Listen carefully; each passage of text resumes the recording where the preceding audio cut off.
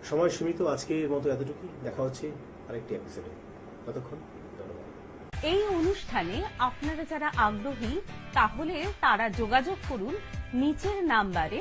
যারা সঙ্গীত শিল্পী, আবৃত্তি শিল্পী এবং নৃত্যশিল্পী আছেন তারা কিন্তু অবশ্যই খুব তাড়াতাড়ি যোগাযোগ করবেন নিচের নাম্বারে।